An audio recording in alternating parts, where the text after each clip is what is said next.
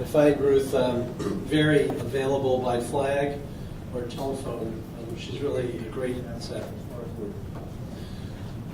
group. Next, Alan Harmatz. I think Angie's not with you, it's just you, Alan. No, she let me do it by myself. Okay. Most of you know Alan as a superb plastic surgeon, but I'm beginning to think that his more important role is what I would call Chief Quality and Safety Officer in our health system. He has not coined the word, but he has helped educate many of us about HRO, highly reliable organizations, where the focus is on patient safety and teamwork. Managing providers have heard his presentation of what he's accomplished with surgeons in the OR, and I've been a little envious waiting for Alan to get around to primary care world. And from the lessons that he's learned with Team Steps and other projects, I'm very much looking forward to the point in time when you can share your knowledge with those of us in primary care so that we can do a better job and a safer job with our patients. So, Alan. Thank you very much. This working okay? If for whatever reason there's a question, please stop me. The first thing I want to say is that welcome to Dr. Eisenhower. I really look forward to working with you and to learning from you. So welcome. We're delighted to have you. Enjoyed your talk already. Look forward to hearing more. Dr. Friedman, I feel a special kinship with you because I feel that plastic surgery, especially cosmetic surgery, is an extension in some way of psychiatry. I treat some of the neurotics. You certainly treat the psychotics. So I feel it's just a spectrum, and that we're practitioners at either end of that spectrum. So I did enjoy your talk, and thank you very much. Some of what I have here, you've seen before. I don't apologize for that. Part of the reason is that I think in order for us to have an understanding of high reliability, you have to hear it and hear it again and hear it again. There are a lot of concepts. You're going to be hearing a lot more about it, and this is something that is very active. It's on the radar screen at the highest levels of our organization. I'm very, very pleased to let you guys know that as of, I think it was, today is Thursday, what was the board meeting? Tuesday, Wednesday? It was a board meeting, Central Maine Healthcare, where we put forth a new vision: safe, reliable, high-quality care for every patient every day. You guys are going to be hearing a lot about that. That's a really big thing when an organization follows its mission. And the board was very excited about it. Peter, Richard, Tina, everybody's been working very hard, so we're going to move in that direction. So the title today is Becoming Exceptional, a highly reliable model for Central Maine Healthcare. So we all know what's out there, right? Stuff to be feared. Is this something that is going to come, it's going to hurt us? There's a lot of change within medicine. There's a lot of change in the Supreme Court right now. As of yesterday, heard some arguments on actually the funding of what is referred to Obamacare, the Affordable Care Act. But what's being asked for us as practitioners? What is it that we need to do? All you need to know what's being asked of us is to go to the first page of the CMS website, and this is what you will see. Triple aim. Okay? Very simple. Better health, higher satisfaction, and lower cost. How hard could that be? What could possibly go wrong with that? At the core of this is re-examining what it is that we do. Anybody know who this is? I'll give you a buck if you know who this is. Probably don't know the whatever that is, etching or lithograph. I don't know what it is, but you recognize this. Okay? Gaussian distribution, standard curve. Right? This is what medicine has been using to practice forever and ever. Okay? We look at this and say, oh, a little above the curve for any particular intervention, disease, process, infection rate, complication rate. We feel pretty good about ourselves because we're above the mean. A little below, well, we're not that far off. Okay? We have a little work to do, little better job, take a little closer attention, without really realizing that all the data points underneath here are human beings. Okay? These are people. And who are they? This is one of my favorite questions. What is a patient? Patient's me. Patient is my daughter when she has anaphylaxis to trinas. My wife when she needs a gallbladder. Or, I'm going to say to my primary care doctor, somebody keeps trying to get me to get a colonoscopy, but I'm a general. So the long and the short of it is that there is no difference. We have been taught to put all of this space between us and those people that we care for. We need to start diminishing that space. We need to understand that what we're caring for, our friends, neighbors, our community, not data points. And this is something also that I think you've heard me talk about. And if it's not something that's on your radar screen, you need to know it. This is the Institute of Medicine report. It was 1999. This was a seminal report basically showing that if you add up the number of people that died in that year of motor vehicle accidents and breast cancer, still didn't equal the number of people that died as a result of medical error. So it's wonderful that we find the next cure for cancer or the next antibiotic. But low-hanging fruit, what is it that we can do on a daily basis? We can attack this. Now, you can imagine when all of this data came out, there was this, oh, the statistics are wrong, the study, the design, all that sort of stuff. This is not accurate. So people investigated. In point of fact, yeah, it's not accurate. It's low. So let's look at our organization. Let's look at ventilator-associated pneumonia, central line bloodstream infection, catheter-associated urinary tract infection, and surgical site infections for fiscal year 2013 in our organization. Okay? So we had 5 VAPs, 11 CLABSIs, 12 CAUTIs, 91 surgical site infections. Now these numbers, this is how much the estimate of cost of each one of these complications is. And that comes from a 2009 study that was commissioned by CMS. So, VAPs, $25,000 each, and these are in $2,009. CLABSIs, $23,000. CAUTIs, $1,000. They're cheap, right? SSIs, $26,000. So the FY total for just 4 hospital-acquired infections, $2,756,000. Million here, million there, starts adding up to real money. But what that does not take into account is other things, but it does not take into net mal loss or expense. But it doesn't take into account lost wages, family expenses, and emotional impact. I don't know if anybody saw a New York Times article. I think it was last week, maybe the week before. People are starting to investigate things like how can you quantify suffering? Suffering is part of what we cause other human beings when we don't do a good job. So people are really starting to dig into this. So in point of fact, hospital harm is easy. Quality in the outpatient setting is far ahead when compared to the inpatient setting. I say this to Claire all the time. You guys are so much further ahead of us when compared to the inpatient setting. Outpatient safety and harm are much, much harder than inpatient. If I'm in the operating room and I do something wrong, I frequently will know almost instantaneously. Feedback loops are very short.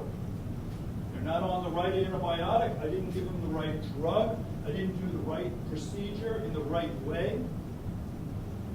Feedback loop for that error is fairly short, but in primary care, it is much longer, much harder to know. Your interventions take a while.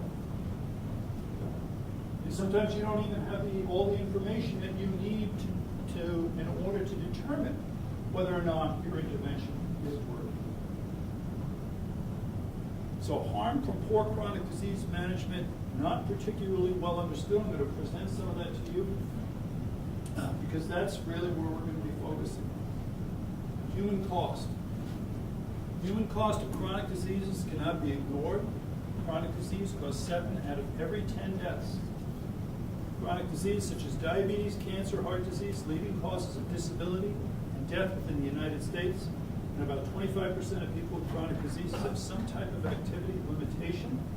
This includes difficulty or needing help with personal tasks, such as dressing, bathing. It also means they may be restricted from work or attending school. So what that means is this has a huge cost to our society. What is society? Our families, our relatives, our community. So, I did a little investigating, came up with some statistics that are fairly easy to find. Every day in the United States, this is just looking at diabetes. Diabetes causes an estimated 225 amputations every single day. 117 people start therapy for end-stage kidney disease. You may read that as dialysis. 33 to 66 people lose their eyesight. They go blind. Every single day from one chronic disease in the United States. So what's the cost of this? Again, not entirely straightforward in figuring out. So again, do a little digging. Published data, $81,000 per amputation. Okay, that is the cost. Times 225, $18 million a day. Hemodialysis per year, estimated $72,000. 117 people a day. Estimated duration, 4 to 20 years. And then, again, just to show you how poorly understood this is the best number that I can come up with. It's from a British journal. $13,000 per year for blindness. Does that seem right? Sure as hell doesn't seem right to me. Gotta cost more than that. But even then, times 40, $500,000 a day. So when we start talking about safety and quality, we start to looking at primary care, we start looking about what are the consequences of these really long feedback loops. This is some of them. What's the consequences of a couple of missed appointments, a couple of missed appointments, a couple of missed appointments? Not really knowing, is it brittle diabetic? Are they really a brittle diabetic? Or are they just not taking the insulin that you think that they're taking? So, you have to start thinking differently.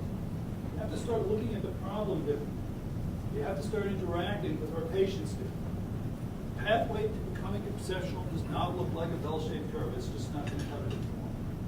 We can't afford what it is that we're spending. We have to understand that many harmful events are preventable. That's right. You ever heard the expression, you're going to make an omelet, you got to break a few eggs? Right. No. Surgery, take care of people, sometimes things go wrong. You have to evolve your thinking. And you need to think upstream. You need to think defect prevention is preferable to quality inspection. If all you do is look at the very end of the care process for the outcome, you're too late. And it's also a very expensive way of trying, and then try to correct it. It's a very expensive way of treating a condition or problem, or even making manufacturing something. And we have to become patient-centered. So that was part of evolving our vision statement, and that's part of the reason I'm incredibly excited that the board signed on to it. Because what it does is it kind of states what it is. A vision statement is a confession, in some sense, of what it is that we're not. And it focuses on where it is that we want to go. You know, by the way, everybody knows how you do now, right? This is a screen grab, Saturday, June 29th, 2014. This is after a round of value-based purchasing results were released.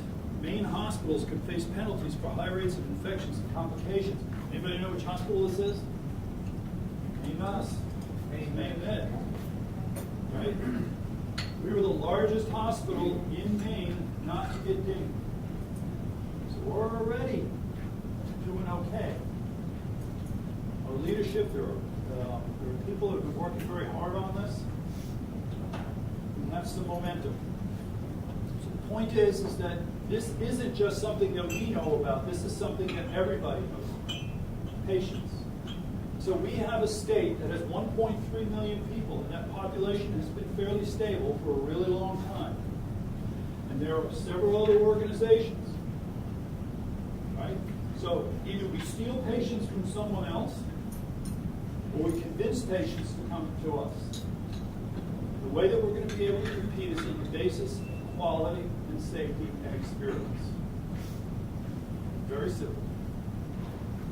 So, we don't have to reinvent the wheel. Many industries have faced this sort of change before. Everybody knows what this is. What's this? Mount Island, right? Nuclear power. Airline industry, right? This very famous crash. This is Korean Air Flight 801. Drove a plane right into the side of a mountain because the co-pilot and navigator did not feel empowered to the point of saying to the pilot, "You're about to drive us into the side of a mountain, you're witty." So they suggested that the captain was not getting accurate readings. Power distance index. Wildland fire, Cerro Grande fire. A really, really interesting thing. These are, beginning in the 80s, there was a group out in California that started looking at high-performing organizations. So, wildland fire, aviation, nuclear power, and aircraft carrier operations. And they delved into what made these organizations so reliable, so successful. And they coined the term highly reliable organizations. And this is the model that we are going to be using for exceptional care. So what is a highly reliable organization? What is an HRO? First, just describing some characteristics. First, they operate in unforgiving social and political environments. Second, their technologies are risky and present the potential for error. Third, the scale of possible consequences from errors or mistakes include learning through experimentation. And finally, to avoid failures, these organizations use complex processes to manage complex technologies and complex work. Sound like what we do? Yes. So, we really get down to the nitty-gritty of what it is that a high reliable organization is that they are preoccupied with failure. They're reluctant to simplify. They're sensitive to operations. They're committed to resilience. And they defer to expertise, not to authority, not to experience, but to expertise. All these characteristics are constantly circulating within the organization and within the individual. So, what am I talking about? Right, let's look at aircraft carrier as an example, carrier operations. So this is a quote from a commander on an aircraft carrier. Imagine that it's a busy day at San Francisco International Airport. You shrink it to one really short runway, one ramp, and one gate. The planes land and take off at the same time at one-half the normal time interval, rock the runway from side to side, and require everybody who leaves in the morning to return to work the same day. Turn off radar to avoid detection, diminish radio usage, fuel aircraft in place with the engines running, put an enemy in the air and scatter bombs and rockets around. Let it down with seawater and oil and man it with 20-year-olds. And try not to kill anyone. Right? Sounds simple. So, preoccupation with failure, sensitivity to operations, deference to expertise. There's something that's called an FOD wall. Okay? On an aircraft carrier, a loose bolt, a piece of debris on the deck, on the flight deck. Anybody work on an aircraft carrier? Any of those things that are on the flight deck can cause a catastrophic failure. So they do something called a foreign object detection walk before they start. All hands, regardless of rank, go out. And this is what it looks like. Okay? They stand shoulder to shoulder and they go from one end to the other. And if you look very closely, you will see people down on their hands and knees, actually looking and checking. Preoccupation with failure, sensitivity to operations. Now, who do you think runs this? Is it the commander?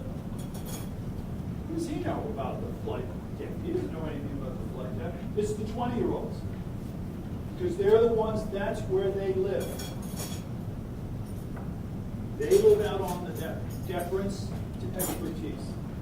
Okay? So how does this translate? So I'll give you an example on our inpatient side. I went to Bruce O'Donnell in our operating room and I said, Bruce, do me a favor, do a quick surreptitious audit. Hand scrub technique. So here it is. Surgical techs, 95% of the time, they are using prescribed technique. They are following what they're doing what they're supposed to do. APMS staff, 75%. Surgeons, 35%. Who is in charge of the sterile field in the operating room? Okay? Mostly it's surgeons. Who should be in charge in the operating room? Surgical techs. Deference to expertise. We've since done another study, and surgeons they're now up to 66%. We're getting there. We're getting there. So how can we take the characteristics found in an ancient, highly reliable organization and construct a plan to become one? We have to break it down and look at some of the characteristics in a different light. So we need cultural and system change. These have to be addressed in foundational change. Leadership, psychological safety, communication, accountability, teamwork, transparency, continuous learning, and that improvement measured only when you have all of those other things will you be able to obtain reliable process. So, we have a 5-year plan, 41 key change ideas. Out of those 41, we sat down, prioritized, and came up with what our plan is for the first 12 to 18 months, and that is ongoing right now. We meet, there's a steering committee, and I'm very proud to tell you is that we are moving along. We are moving along quite well.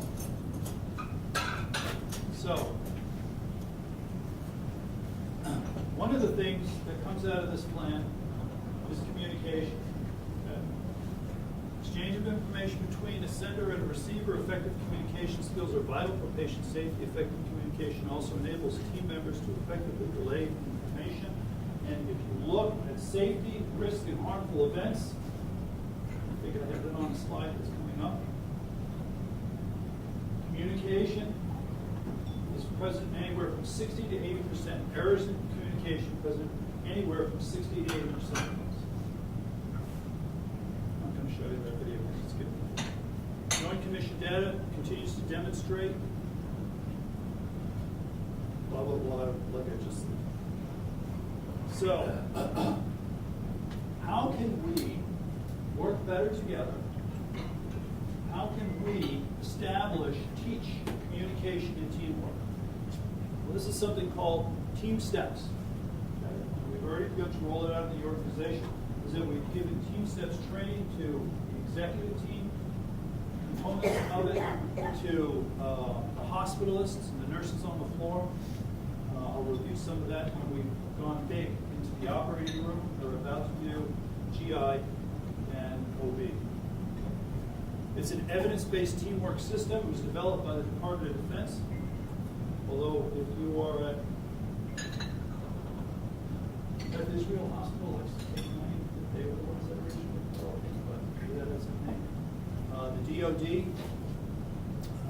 this came from the DOD, designed to improve quality, safety, and efficiency of care. It's practical, adaptable, and provides ready-to-use materials for training. Goal is to produce highly effective medical teams to optimize the use of information, people, and resources to achieve best clinical outcomes. We know that teams of individuals who communicate effectively back each other up, dramatically reduce the consequences of human error, and team skills are not innate. Fascinating when you start giving people like little kind of teamwork things to do, and you look at how different groups go about it. Some of the groups are really great and they get it, and then others are just not there. So team skills are not innate and must be taught. So this is just examples. It's been rolled out in many different venues. There's 2 decades of data that show that team steps training, team training and communication training actually works. So emergency department, clinical units, medical centers, labor and delivery, and intensive care unit. And obviously in the operating room. And it's already worked. So what do we learn? I think we've had somebody came from the primary care office. Is there anything? I'm sorry, I'm muttering. I think we have 1 or 2 people from primary care that we've already trained in this. But that said, so what do you learn when you're in this? So we try to teach the core skills of leadership, communication, mutual support, and situation monitoring. By teaching those skills, we improve performance, knowledge, and attitudes, and have a direct impact on patient care. So this is just basically a list of people that we've already trained. We've sent 2 groups of 3. Training is free. All you have to do is get there. We sent a team to New Orleans. Ange Dubuck, Diane, myself. Another team went to North Shore Hospital, I believe on Long Island. Ann Fruin, Dr. Gamati, and Rachel Lewis. We've done 1 session to train the trainer. We've done 5. As of tomorrow, will be 6 sessions in the operating room, and that's going to be something that starts going continuously. We're working on RN provider communication, as I said, up on the floor. Dr. Gamati and Ann Fruin are heading that, and that's going very, very well. And we already rolled out a stop the line policy in relation to mutual support at Bridgeton and Rumford hospitals. Other projects that are underway. It's getting late, so I'm just going to keep going. So as far as future practices, you will notice down here is office practices. As that Dr. Lee has heard this presentation at least 2 or 3 times, and is very interested in having us move this out into the offices. I think it would have huge value. It's one of those things that I think there's all sorts of lights that go on when you actually participate in this training, and I think you will find that has tremendous value. So I know it's late. I went through a lot of things, and I just wanted to give you an introduction of what it is that we would like to become, why, how we're going to go about doing it, and one of the important components, and how we would very much like to engage you in that process. So, same beach was the first one. Clouds have gone away. Beautiful sunset. Yes, sir. Hey, Al, this is great stuff, and I think it's exciting that you're involved in this. Is ventilator-assisted pneumonia considered a medical error? Yes, it is. So if the deaths associated with ventilator-assisted pneumonia are medical errors, you could reduce those medical errors to 0 by not putting anybody on a ventilator. So would that be a benefit or would that be a harm? No, that would just be cynical. Well, the point is that when we talk about medical errors, we're only talking about the numerator. We're not talking about the denominator. And the question is, by putting people on ventilators, we hurt some people, but hopefully we're helping more people. Right. And I absolutely agree that the goal for ventilator-assisted pneumonia should be 0, but to consider every ventilator-assisted pneumonia an error without considering how many lives you saved because of the ventilator is sort of skewing the data. We could say 88% of people in the United States died in hospitals, therefore nobody should go into a hospital. And that's sort of what the public is getting when we publicize medical errors. If I go into a hospital, I'm going to die. If I take a statin, I'm going to die. All these sort of negative things. It's just maybe it's cynical. I don't know. is that I would have to say, in response to your observations, that you're not entirely inaccurate. That said, is that at this point, for many people, there are very well worked out protocols, standards of practice that lead to tremendous diminution, not elimination, but diminution in harmful events. Okay? We are all not doing them. Okay? It's not, we know what to do, but we are not doing them. Okay? So that's one. Two, I think even CMS realizes that number is never going to go to zero. And what they're trying to do is to drive processes of care that gets to outcomes. And as they are paying for a substantial portion of this, you have a program, part of the Affordable Care Act, called value-based purchasing. And HAC, hospital-acquired conditions, not present on admission. And what they're trying to do is to get money to those organizations, those people, those providers that are doing it, and to penalize those that are not. And this is the environment in which we live now. This is the pond in which we swim. I don't know if that answers your question, but that's what I got. So one of the things that is interesting to me is that several years ago, the most prominent physician in America was House. And if you look at his characteristics, he did absolutely everything diametrically opposed to becoming a leader in a highly reliable organization. Yet he was the paradigm of American medicine. One of the things that you alluded to about the military and other organizations is that in those organizations, airline industry, military, there is a cultural acceptance of adhering to the chain of command. So if there's a foreign object on the carrier deck and it's ingested into a plane, that plane alters it. The captain of that aircraft carrier's career is done for. And he knows that the 20-year-olds out there are him. We don't have that in medicine. We're not in the lifeboat. Right. I was off. I was grabbed. We were doing that all the time. We don't have the same hierarchical appearance that is in those organizations. It's an excellent point, but I'll give you two examples that are a little contrary to that. One is another one of the organizations that they studied and modeled was the pediatric/neonatal intensive care unit of Loma Linda University. Okay. And so one of their successes was based on the fact that they were not hierarchical. It was based on the fact that the nurse and the provider and even the people, the CNAs, whoever was in there, is that they had a very open communication structure. Okay? And as with many pediatric programs, University of Cincinnati Children's Hospital, which has situational awareness down to absolute science, is one of the things that they also include is patient and family. Right? So here is a marker that the University of Cincinnati uses when they do these situational awareness rounds. Is that is the patient and is the patient's family pissed off? That is a marker for decompensation. Okay?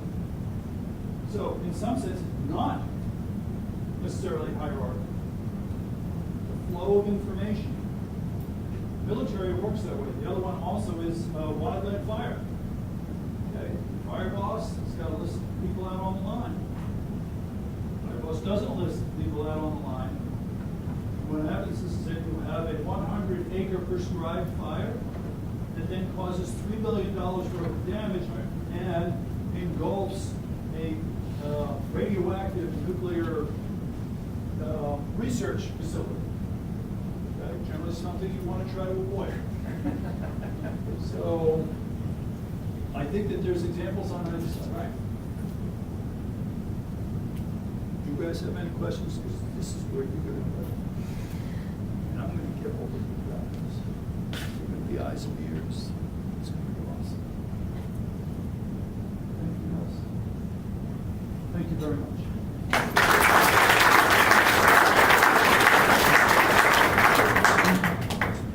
Dr. Lee had something to fold up, so I get to say goodnight to you. Thank you so much for coming. I appreciate it. And Doreen's going to shoot you an email that you fill out a survey to the CME credit and drive home safely.